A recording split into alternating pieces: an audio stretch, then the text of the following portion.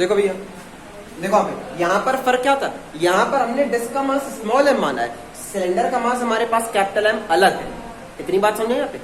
अगर यही डिस्क इसके मास की हो जाती तो दोनों का मोमेंट ऑफ इनर्शिया सेम हो जाता। ठीक है, अब सोचो अगर तुम सिलेंडर को कई सारी डिस्क में डिवाइड करोगे तो उस एक डिस्क का मास क्या पूरे सिलेंडर के मास के बराबर आ पाएगा? कभी नहीं आएगा। बात समझो यहाँ पे? अब ये क्लियर हुआ यहाँ पे? आगे बढ़े, हटा दे इसको।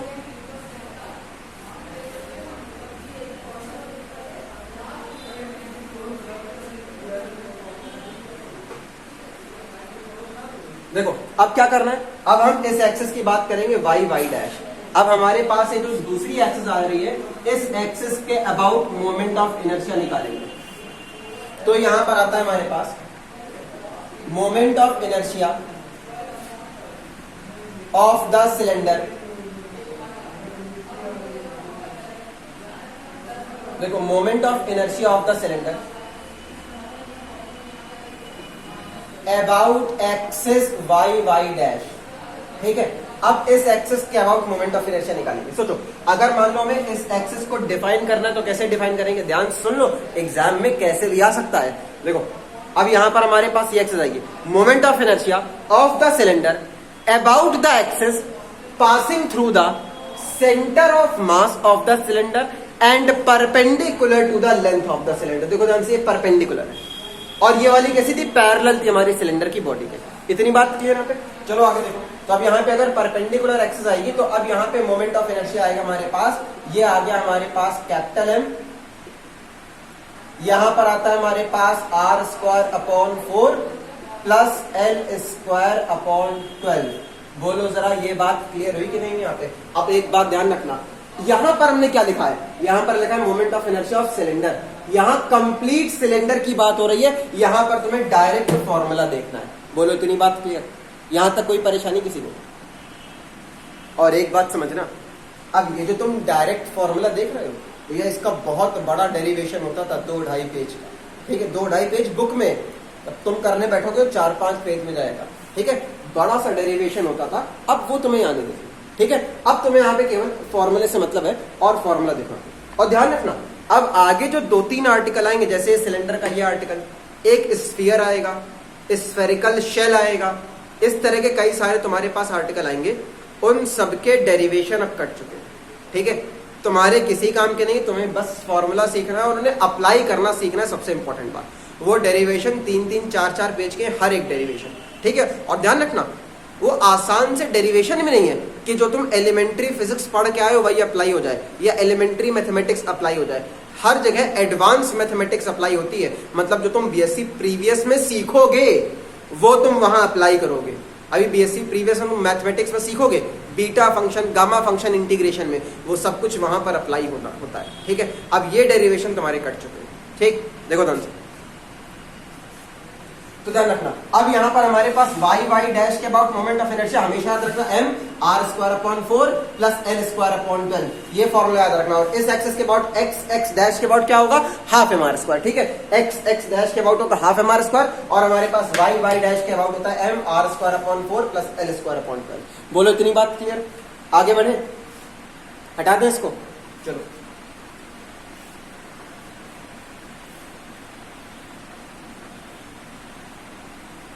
अच्छा, जरा सोचो, एक बात जरा सोचो, अब यहां पर आगे रिलेशंस निकालते हैं कुछ। ठीक है, तुम्हें यहां पे 2 रिलेशंस देखने को मिलेंगे, 2 रिलेशन देख लो, फिर इसमें और आगे काम करेंगे। ठीक है, वो रिलेशन क्या क्या है जरा समझना। चलो पहले एक काम करते हैं, एक मोमेंट ऑफ इनर्शिया है हाफ एम आर स्क्वायर, और एक मोमेंट ऑफ इनर्शिया है हमारे पास M R square upon 4 plus L square upon 12। ऐसा मोमेंट ऑफ इनर्शिया है। अच्छा एक बात जरा सुनो, क्या हम ऐसा सिलेंडर ढूंढ सकते हैं? सोचना जरा ध्यान से, थोड़ा प्रैक्टिकली सोचो। क्या हम एक ऐसा सिलेंडर बना सकते हैं जिसमें दोनों केस में मोमेंट ऑफ इनर्शिया बराबर हो? सोचो, हो सकता है कि नहीं हो सकता? सोचो, ये एक न्यूमेरिकल वैल्यू है, अरे ये भी तो न्यूमेरिकल वैल्यू है, बराबर क्यों नहीं हो सकते? बस एक काम करना पड़ेगा। देखो मास से मास तो कट रहा है, बच क्या रहा है? रेडियस और लेंथ। तो अब हम रेडियस को और लेंथ को कुछ इस तरह से एडजस्ट कर दें कि हमारे पास ये दोनों वैल्यू बराबर आ जाए, तब तो हो सकता है ना। तो अब एक काम करेंगे, अब हम ये मान लेंगे कि हमारे सिलेंडर में दोनों मोमेंट ऑफ इनर्शिया बराबर है, और उसके बाद हमारे लेंथ में और रेडियस में क्या रिलेशन निकलने वाला है ये देखेंगे। बात समझिए, यहाँ पे क्या करने वाले हैं, यहाँ दोनों मोमेंट ऑफ इनर्शिया बराबर मान लेंगे और फिर देखेंगे कि हमारे पास लेंथ और रेडियस में रिलेशन क्या निकलेगा। मतलब हमें एक ऐसा सिलेंडर ढूंढना है जिस केस में हमारे पास दोनों मोमेंट ऑफ इनर्शिया कैसे हो, सेम हो। इतनी बात क्लियर यहाँ पे। तो देखो अब तुम्हारा टॉपिक क्या होगा, टॉपिक ये है रिलेशन बिटवीन, चाहो तो लिख लेना, relation between length and radius of cylinder, relation between length and radius of cylinder when the moment of inertia of cylinder, when the moment of inertia of cylinder about axis x dash, about axis x dash and y dash are same, मतलब दोनों access के about moment of inertia same हो जाए। ठीक है, बात समझ आ गया।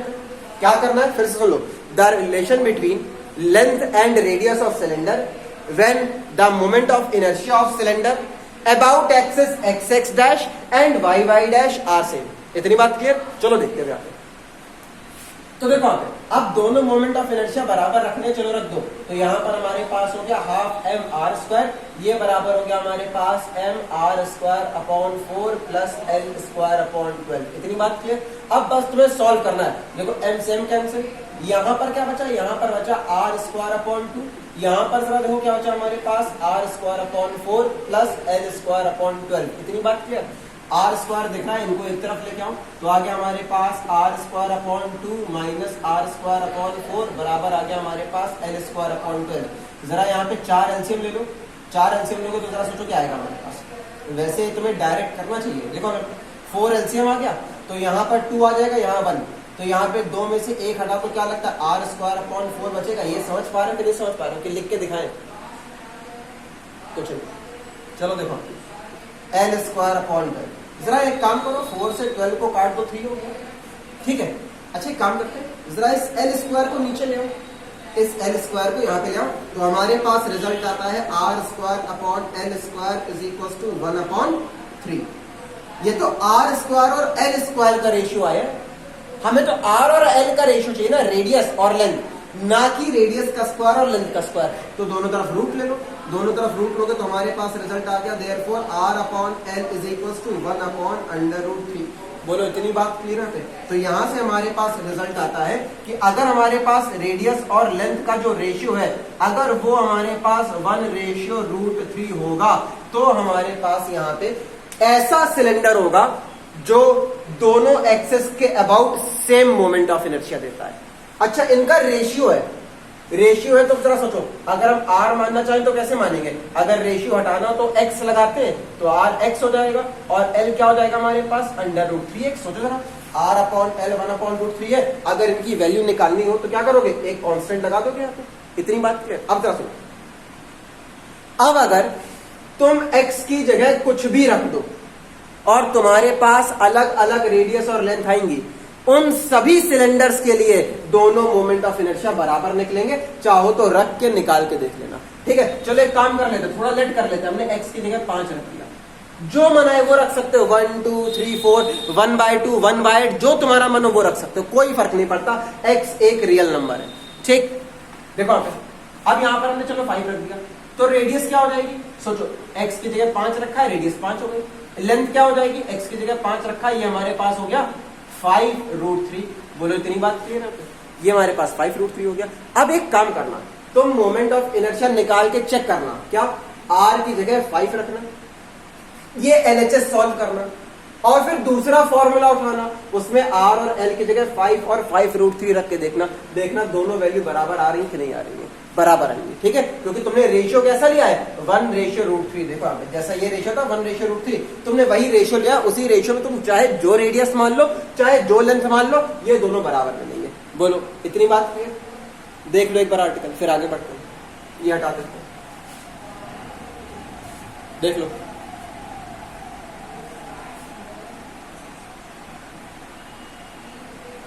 नोट हो गया, चलो आगे देखते हैं। ध्यान रखना ये सारे रिजल्ट बहुत इंपॉर्टेंट है। ऑब्जेक्टिव क्वेश्चन बहुत सारे बनते हैं, डायरेक्ट पूछा जाता है कि सिलेंडर की दोनों एक्सिस के अबाउट अगर मोमेंट ऑफ इनर्शिया बराबर है तो लेंथ में और रेडियस में रेशियो क्या होगा, लेंथ और रेडियस में रेशियो आएगा √3:1, और अगर रेडियस और लेंथ पूछ लिया जाए तो 1:√3। ठीक है, ध्यान रखना इस बात। आगे देखो अब एक रिजल्ट और आता है। देखो हमारे पास एक मोमेंट ऑफ इनर्शिया है I = m r² 4 + l² 12। ठीक है, हमारे पास यहाँ पर एक ये रखा हुआ है। अब हमें एक काम करना है, ध्यान सुना, हमें एक ऐसा सिलेंडर चाहिए और उसकी रेडियस और लेंथ में रिलेशन चाहिए ताकि उसका ये जो मोमेंट ऑफ इनर्शिया है ये मिनिमम हो पाए। मतलब क्या करना है, हमें यहाँ पे इस मोमेंट ऑफ इनर्शिया को मिनिमाइज करना है। बात समझिए। अच्छा, मिनिमाइज कैसे करोगे, सोचो तो। अगर कोई एक वैल्यू है उसे मिनिमाइज करना है तो मिनिमाइज कैसे करोगे, मिनिमाइज करने का एक तरीका है, उसको डिफरेंशिएट कर दो, डिफरेंशिएट करके 0 के बराबर कर दो तो हमारे पास मिनिमम की कंडीशन आ जाएगी। अच्छा, अब एक बात लग रही होगी कि इसमें तो मैक्सिमम भी आ सकता है, मिनिमम भी आ सकता है। और अगर तुम्हें कुछ याद हो, अगर डेरिवेटिव पॉजिटिव आएगा तो पॉजिटिव में हमारे पास मिनिमा होता है, अगर नेगेटिव आएगा तो मैक्सिमा होता है। कुछ याद आ रहा है कि नहीं याद आ रहा है? अगर हमारे पास डबल डेरिवेटिव पॉजिटिव नेगेटिव होंगे तभी तो हमारे पास मिनिमम मैक्सिमा आएगा। अच्छा, यहां पर जरा सोचो, अगर तुम आई को डिफरेंशिएट करोगे तो ये पूरा रिजल्ट देखो कैसा है, पूरा रिजल्ट पॉजिटिव है, पॉजिटिव बना रहेगा, पॉजिटिव बना रहेगा तो हमारे पास रिजल्ट क्या आएगा, मिनिमम, चाहे जितनी बार डिफरेंशिएट कर लो इसको। बात समझ आ रही है यहाँ पे? इसीलिए हम यहाँ पे मिनिमम देख रहे हैं, मैक्सिमम नहीं देख रहे हैं। अच्छा, और सोचो, मैक्सिमम क्यों नहीं देख रहे हैं भैया? मैक्सिमम की तो लिमिट ही नहीं है। सोचो, लेंथ तुम चाहे जितनी बढ़ाते चले जाओ मोमेंट ऑफ इनर्शिया बढ़ता चला जाएगा, रेडियस चाहे जितनी बढ़ाते चले जाओ मोमेंट ऑफ इनर्शिया बढ़ता चला जाएगा। मैक्सिमम की तो लिमिट है ही नहीं, हमें तो मिनिमम की कंडीशन चेक करनी है केवल। बात समझ आ रही है यहाँ पे? चलो आगे देखो। तो ध्यान रखना, अब क्या करना है, अब ये जो हमारे पास y एक्सिस है, इस एक्सिस के अबाउट जो मोमेंट ऑफ इनर्शिया है, हमें इसकी मिनिमम कंडीशन निकालनी है कि किस कंडीशन पर ये हमारे पास मिनिमम होगा। ठीक है, मतलब यहां पर हमारे पास किस लेंथ और किस रेडियस पे ये मोमेंट ऑफ इनर्शिया हमारे पास मिनिमम कंडीशन देगा। इतनी बात क्लियर सभी को? चलो आगे देखते हैं।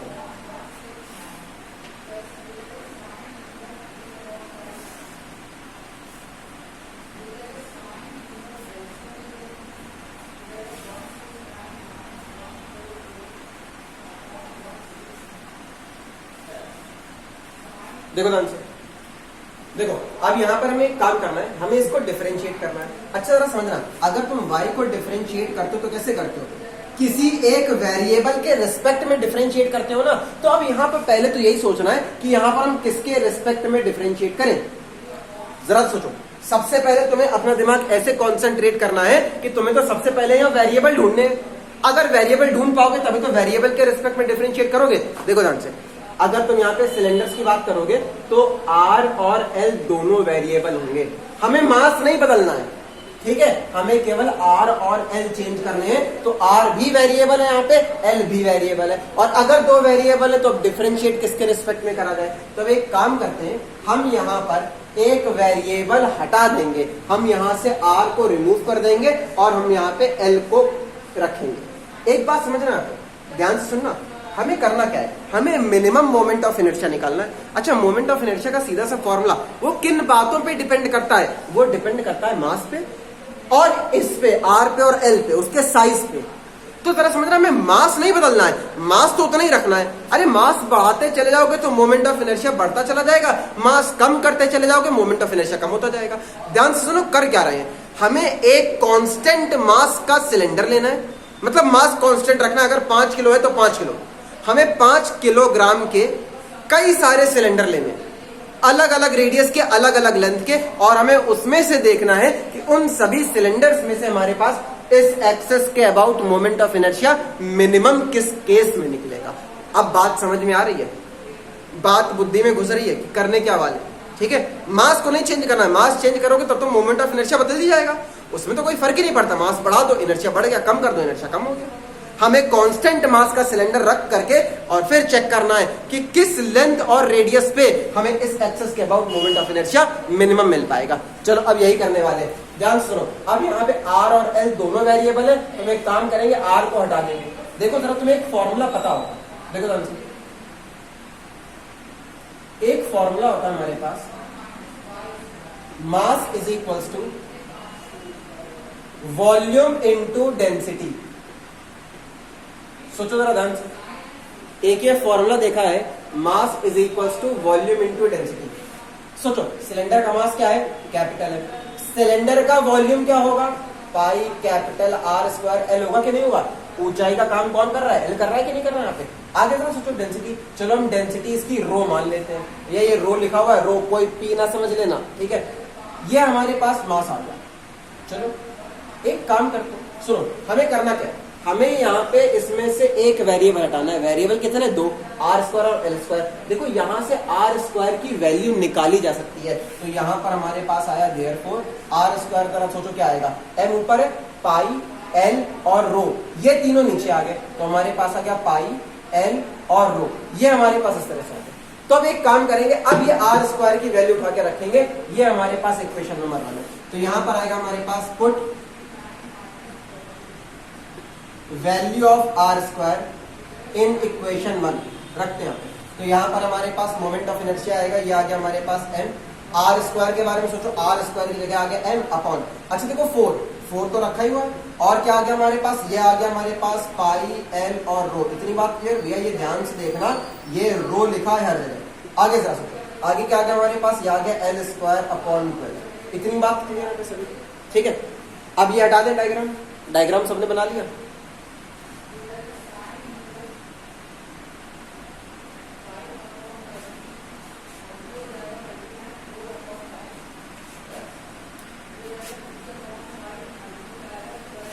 देखो ध्यान से, पहले इसको थोड़ा सिस्टमैटिक तरीके से लिखते हैं, फिर सॉल्व करेंगे। तो देखो ये हमारे पास आ गया, आई एम को बाहर ही रखो। अच्छा देखो यहाँ पे एक एल नीचे दिख रहा है, एक यहाँ पे एल स्क्वायर दिख रहा है, तो एक काम करते हैं, इस एल को ऊपर लिखे हो तो आ गया एम, ये आ गया एल, नीचे क्या रखा है हमारे पास 4 पाई रो प्लस एल स्क्वायर अपॉन 12। बोलो इतनी बात क्या।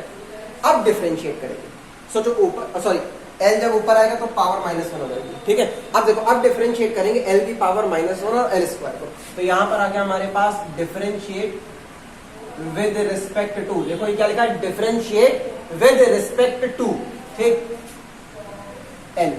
हम यहाँ पर इसको एल के रिस्पेक्ट में डिफरेंशिएट करेंगे, तो डिफरेंशिएट करो, यहाँ पे आई दिख रहा है, आई की जगह आ जाएगा हमारे पास D I upon D L. बगल में जरा सोचो अब क्या होगा, एम तो बाहर है, कोई फर्क नहीं पड़ता, तो ये हमारे पास एम बाहर आ गया। और आगे जरा सोचो, अब डिफरेंशिएट करेंगे, सोचो एम 4 पाई रो कांस्टेंट, केवल एल का डिफरेंशिएशन होगा, तो यहाँ पर डिफरेंशिएशन कर दो, हमारे पास माइनस बाहर आ जाएगा और एल की पावर हो जाएगी -2, यहाँ पर आ गया 4 पाई रो प्लस, आगे जरा सोचो, यहाँ पर हमारे पास एल स्क्वायर है, हो जाएगा हमारे पास 2l अपॉन 12। बोलो इतनी बात क्लियर, यहाँ तक कोई परेशानी किसी को।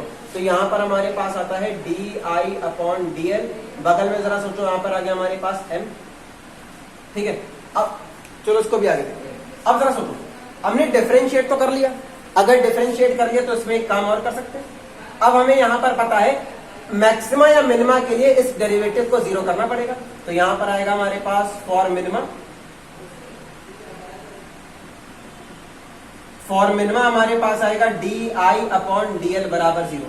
फिर से जरा सुन लो, मिनिमा क्यों चिल्ला रहे हैं, सोचो अगर इसको दोबारा डिफरेंशिएट करोगे तो सोचो ये माइनस एक और आ जाएगा यहाँ पे, तो माइनस प्लस हो जाएगा, ये प्लस हो जाएगा, ये पहले से प्लस है तो पूरा पॉजिटिव मिलेगा, तो डबल डिफरेंशिएट करने पर तुम्हें ये पॉजिटिव मिलने ही वाला है, पॉजिटिव मिलेगा तो मिनिमा आएगा। तो यहाँ पे लिखा फॉर मिनिमा, यहाँ पहला डेरिवेटिव 0 कर दो, पहला डेरिवेटिव 0 करोगे तो उसकी जगह ये आएगा हमारे पास कैपिटल एम, यहाँ पर आ गया हमारे पास -m, एल की पावर -2 और अपॉन में आ गया हमारे पास 4 पाई रो। आगे जरा सोचो प्लस 2l अपॉन 12, ये बगल में आ गया 0। इतनी बात क्लियर है। अब आगे और देखते हैं, देखो सबसे पहले तो ये m वहां पे 0 पे चला गया, ठीक है, m 0 पे चला गया। और सोचो, चलो लिख लेते हैं एक बार, माइनस का m, अब ये l नीचे ले आओ तो आ गया 4 pi L square rho plus आ गया हमारे पास 2l अपॉन 12 बराबर 0। अब ध्यान से देखो, अब ये हमें रिलेशन निकालना किसमें था, पूरा आर्टिकल शुरू सोचो, हमें रिलेशन निकालना किसके किसके बीच में है, हमें रेडियस और लेंथ के बीच में निकालना है। यहां रेडियस तो दिख ही नहीं रही है, तो अब एक काम करते हैं, हम यहाँ पे रेडियस को दोबारा ले करके आते हैं। देखो ध्यान से, यहां पर तुम्हें पता है मास की वैल्यू ये, मास की वैल्यू है, तो m की वैल्यू उठा के रख दो, तो यहां पर आ जाएगा हमारे पास पुट कैपिटल M बराबर आ जाएगा हमारे पास pi capital R square L, और ये आ गया हमारे पास रो। ठीक है, m की वैल्यू यहाँ पे पुट कर दो, तो पुट करेंगे यहाँ पर आ गया हमारे पास माइनस, यहाँ पर आ गया पाई capital R square L into rho, upon में जरा देखो क्या रखा हुआ है, अपॉन में रखा हमारे पास 4 पाई L स्क्वायर रो, तो ये आ गया हमारे पास 4 पाई L स्क्वायर रो, प्लस आ गया 2 से इसको काट दो 6 बचेगा, तो आ गया L अपॉन 6 बराबर 0। इतनी बात क्लियर। अब देखो काफी कुछ कट गया, पाई से पाई कट गया, तुमने यहाँ पाई पाई का हिसाब ले लिया। ठीक, आगे देखो यहाँ रो से रो कैंसिल हो गया, और सोचो यहाँ पे एक L से ये स्क्वायर कैंसिल हो जाएगा। अब बचा क्या तुम्हारे पास, तुम्हारे पास बचा R स्क्वायर और नीचे 4 और ये L बचा हुआ है। इतनी बात क्लियर है। देख लो एक बार आर्टिकल, फिर कैलकुलेशन आगे करते हैं, बस लगभग आर्टिकल खत्म हो गया तुम्हारा। देख लो इसे एक बार,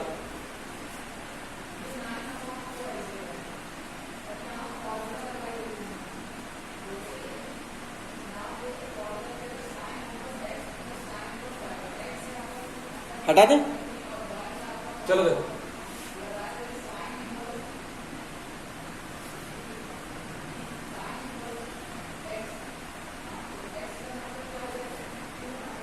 देखो अब यहाँ क्या बच रहा है, यहाँ बचा R स्क्वायर और नीचे 4 और नीचे यहाँ क्या बचा हुआ है L, दिख रहा है ना सबको, तो यहाँ पर आ गया हमारे पास माइनस R स्क्वायर, यहाँ पर आ गया 4 और ये, अच्छा यहाँ पर है हमारे पास L अपॉन 6 बराबर 0। अब ये नेगेटिव वैल्यू है, इसको वहां भेज दो, तो यहाँ पर बचा L अपॉन 6, ये यहाँ पर आ गया, सोचो R स्क्वायर अपॉन और आ गया 4L, L यहाँ पर आ जाएगा, ये आ गया L स्क्वायर, यहाँ कैंसिल कर दो, ये 2 हो गया और ये हमारे पास 3 हो गया। ठीक है, तो यहाँ पर ऊपर आ गया L स्क्वायर, R स्क्वायर नीचे आ जाएगा, ये हो गया R स्क्वायर, सोचो यहाँ पे 2 लगा हुआ है, 3 को ऊपर भेज दो, तो ये आ गया हमारे पास 3/2। फिर से हमें यहाँ पर लेंथ के स्क्वायर का और रेडियस के स्क्वायर का रेशियो नहीं चाहिए, हमें लेंथ और रेडियस में रिलेशन चाहिए, तो स्क्वायर का रूट ले लो, तो यहाँ पर हमारे पास बचेगा therefore L upon R is equal to under root, ऊपर हमारे पास 3 है, नीचे हमारे पास बचा 2, ये हमारे पास रिजल्ट आ रहा है। इतनी बात क्लियर। तो ध्यान रखना है यहाँ पर लेंथ और रेडियस का रेशियो होता है हमारे पास under root 3 ratio under root 2।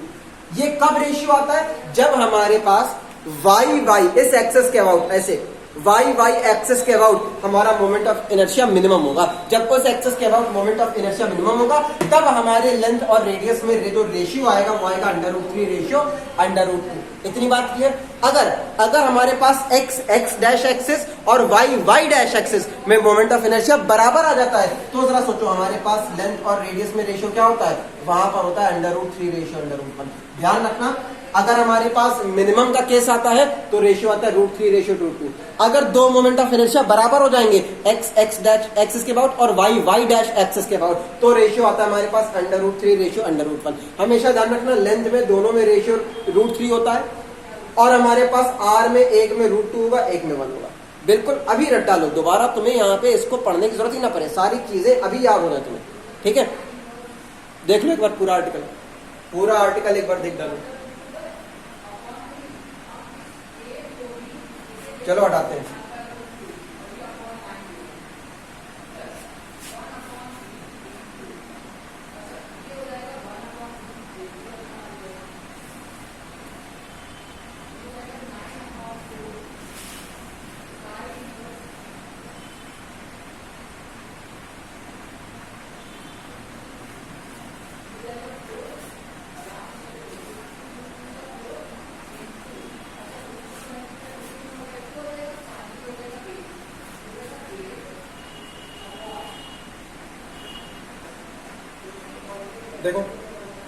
देखो ये जो तुमने सीखा ये तुम्हारे सिलेंडर का बेसिक था।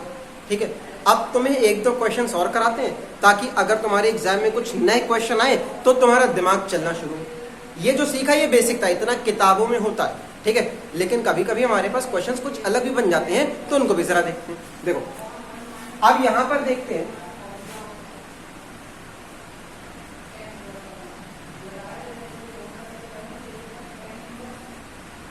अब ये मान लो हमारे पास बिल्कुल वैसी सिलेंडर है।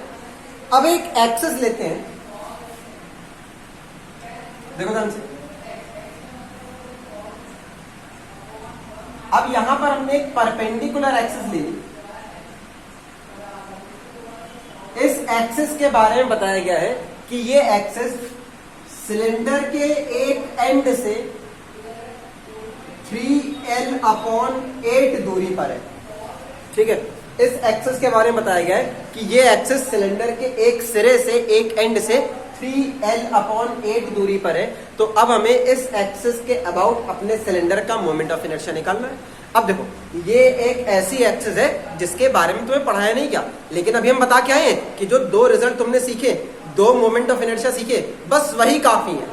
बाकी उन्हीं से तुम सारे निकाल सकते हो, दो एक्सिस का, दो थ्योरम का यूज करके, परपेंडिकुलर एक्सिस थ्योरम और पैरेलल एक्सिस थ्योरम। तो अब देखो, यहाँ पे इस तरह का आर्टिकल कई बार कर चुके हो। देखो क्या करना है, अब यहां पर हमारे पास कोई एक्सिस दी जाए, अगर वो सेंटर से पास नहीं हो रही है तो पहला काम, उस एक्सिस के पैरेलल और सेंटर से पास होने वाली एक्सिस बनाओ। ठीक है, दी गई एक्सिस के पैरेलल और सेंटर से पास होने वाली एक्सिस बनाओ। तो ये जो एक्सिस होगी, इसके अबाउट मोमेंट ऑफ इनर्शिया हमारा आईसीएम होगा। अच्छा, ये जो एक्सिस है, इसके about moment of inertia I है, और यही तुम्हें निकालना है। बात समझ नहीं आती? इतना क्लियर हुआ यहाँ पे?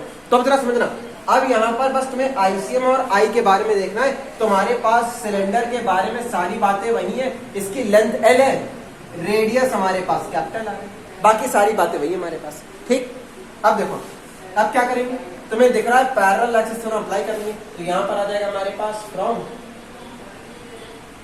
Parallel axis theorem. यहां पर थ्योरम अप्लाई करो, थ्योरम अप्लाई करने पर हमारे पास रिजल्ट आएगा I is equal to ICM plus MA²।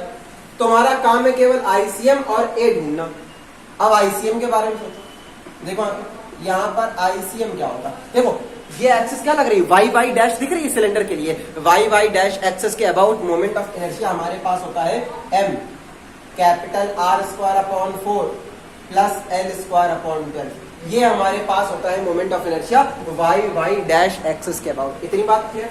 अब आगे जरा सुनो, अब हमें पता करना होता है ए क्या होगा। ए हमारे पास दोनों पैरेलल एक्सिस के बीच में दूरी होती है, सोचो ए निकालना है। अब ए कैसे आएगा, ध्यान से देखते हैं। अगर यहां से इस एंड तक की दूरी की बात करो तो क्या लगता है, ये L/2 होगा। सोचो, अगर L/2 में इतना माइनस कर दो तो इतना ही तो बचेगा। तो यहां से हमारे पास ए आता है, ए निकालने के लिए तुम्हें L/2 में माइनस करना पड़ेगा 3l/8। इतनी बात क्लियर है? तो ध्यान से देखो क्या आ गया, 8 एलसीएम आ गया, 8 एलसीएम आ गया, यहाँ पे 4 आ गया, तो आ गया 4l माइनस 3l, बगल में बचा हमारे पास L/8। इतनी बात क्लियर? देखो हमारे पास ए आ चुका है, आईसीएम आ चुका है, अब फॉर्मूले में रखना है। चलो रखते हैं यहाँ पे। तो यहाँ पर हमारे पास आ गया देयरफॉर आई बराबर आईसीएम। आईसीएम की जगह ये वैल्यू आ जाएगी, ये आ गया m और आ गया R²/4 प्लस L²/12। आगे जरा सोचो, प्लस MA², ए हमारे पास है L/8, तो आ गया m और यहाँ पर आ गया हमारे पास L/8 का होल स्क्वायर। बोलो बात समझने के लिए, a² का a की जगह L/8 रख दिया। अब बस तुम्हें इसे सॉल्व करना है। चलो जरा करते हैं। पहला काम, यहां से पूरे से m कॉमन ले लो, m कॉमन आ गया तो अंदर क्या बचा हमारे पास R²/4 प्लस L²/12 प्लस यहां से भी तो m बाहर गया है। अब यहां पे स्क्वायर ओपन करो तो आएगा L², नीचे आ गया हमारे पास 64। इतनी बात क्लियर है? यहां तक समझ आया? आगे देखते हैं, डायग्राम हटा दें, जिसे बनाना बना लो, फिर डायग्राम हटाते हैं।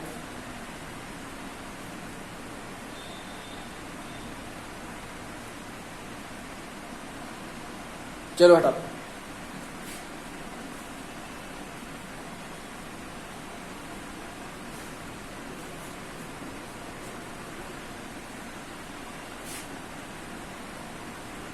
देखो अब यहाँ पे तुम्हें 64 और 12 का एलसीएम लेना है। तो यहाँ पर आ गया हमारे पास I बराबर m, ये आ गया R²/4 प्लस 64 और 12 का एलसीएम क्या आएगा, 4 3 का मल्टीप्लाई करा तो 4 3 12, 18 और 19, ठीक है 192 आ जाएगा। 192 आ गया तो हमारे पास 12 से कितनी बढ़ जाएगा, 12 और 1 16, ये आ गया हमारे पास 16l²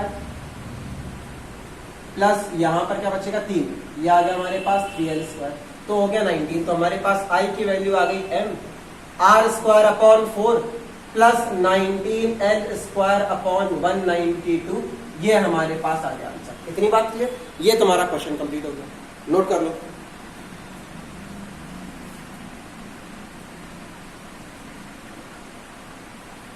आगे बढ़े,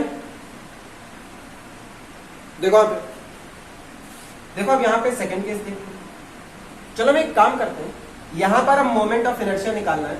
moment of inertia of cylinder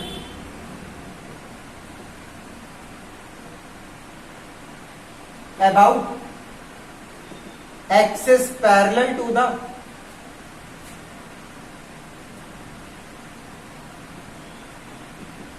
axis of cylinder, दिख रहा है?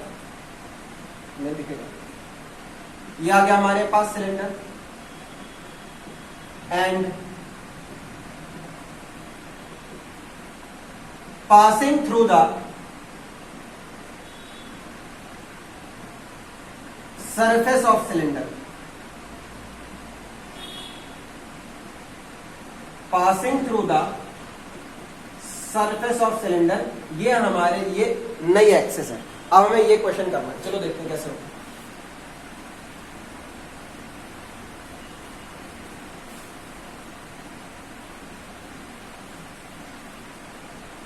देखो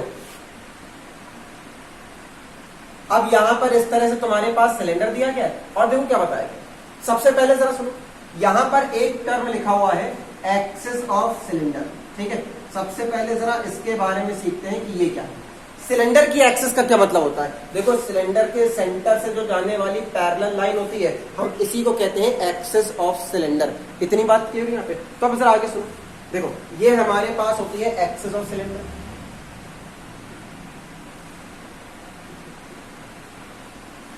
अब आगे देखते हैं, अब हमें क्या करना है, हमें सिलेंडर का मोमेंट ऑफ इनर्शिया निकालना है। Moment of inertia of cylinder about axis, किसी एक्सिस के about, parallel to the axis of cylinder, मतलब एक ऐसी एक्सिस चाहिए जो सिलेंडर की एक्सिस के पैरेलल हो। मतलब ये जो एक्सिस देख रहे हो इसी के पैरेलल एक एक्सिस चाहिए मेरे, कोई दूसरी।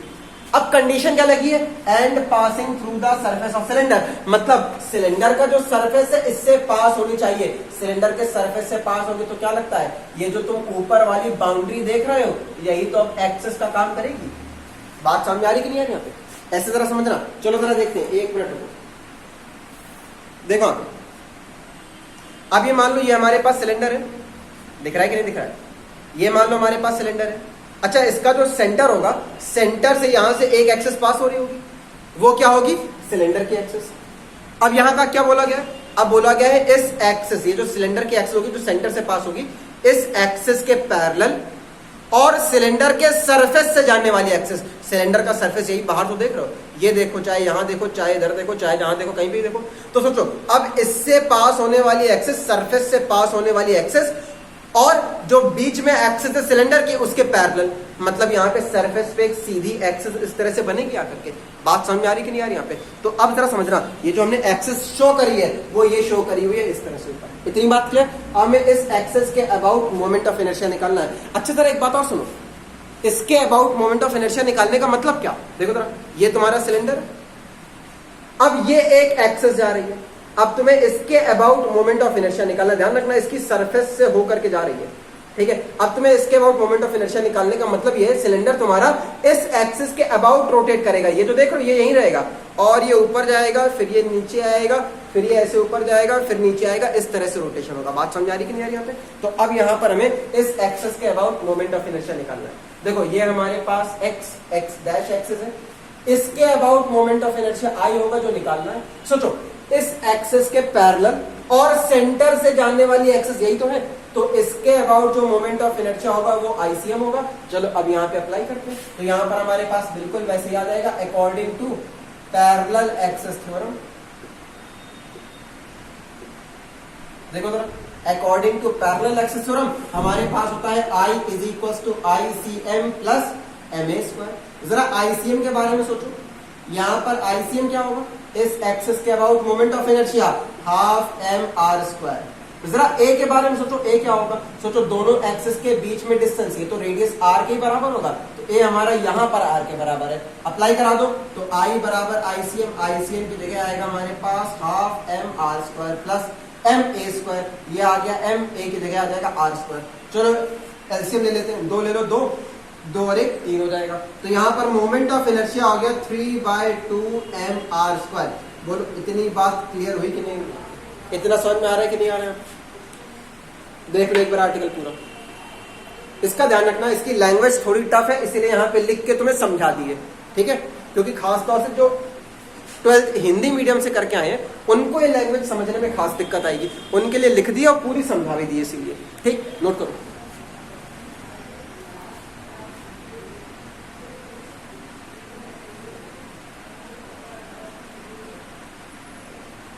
हो गया? चलो देखो, यहां से तुम्हारा सिलेंडर कंप्लीट होता है। अब अगले टर्न पे आओगे तो शुरू होगा तुम्हारा स्फीयर और स्फेरिकल शेल। तो अगले टर्न पे तुम्हारा मोमेंट ऑफ इनर्शिया का टॉपिक कंप्लीट हो जाएगा। अब ये चैप्टर नहीं कंप्लीट होगा, रोटेशनल मोशन बचा रहेगा, मोमेंट ऑफ इनर्शिया कंप्लीट हो जाएगा, ठीक है? फिर उसके बाद बात करेंगे रोलिंग ऑफ बॉडी की। रोलिंग ऑफ बॉडी क्या होती है? तुमने कुछ बचपन में पढ़ा होगा कि हमारे पास एक आनत तल है, स्लैंट सरफेस है, उस स्लैंट सरफेस से बॉल रोल करती हुई आ रही है, उस मोशन के बारे में पढ़ेंगे। ठीक, चलो बाकी फिर अगले टर्न में।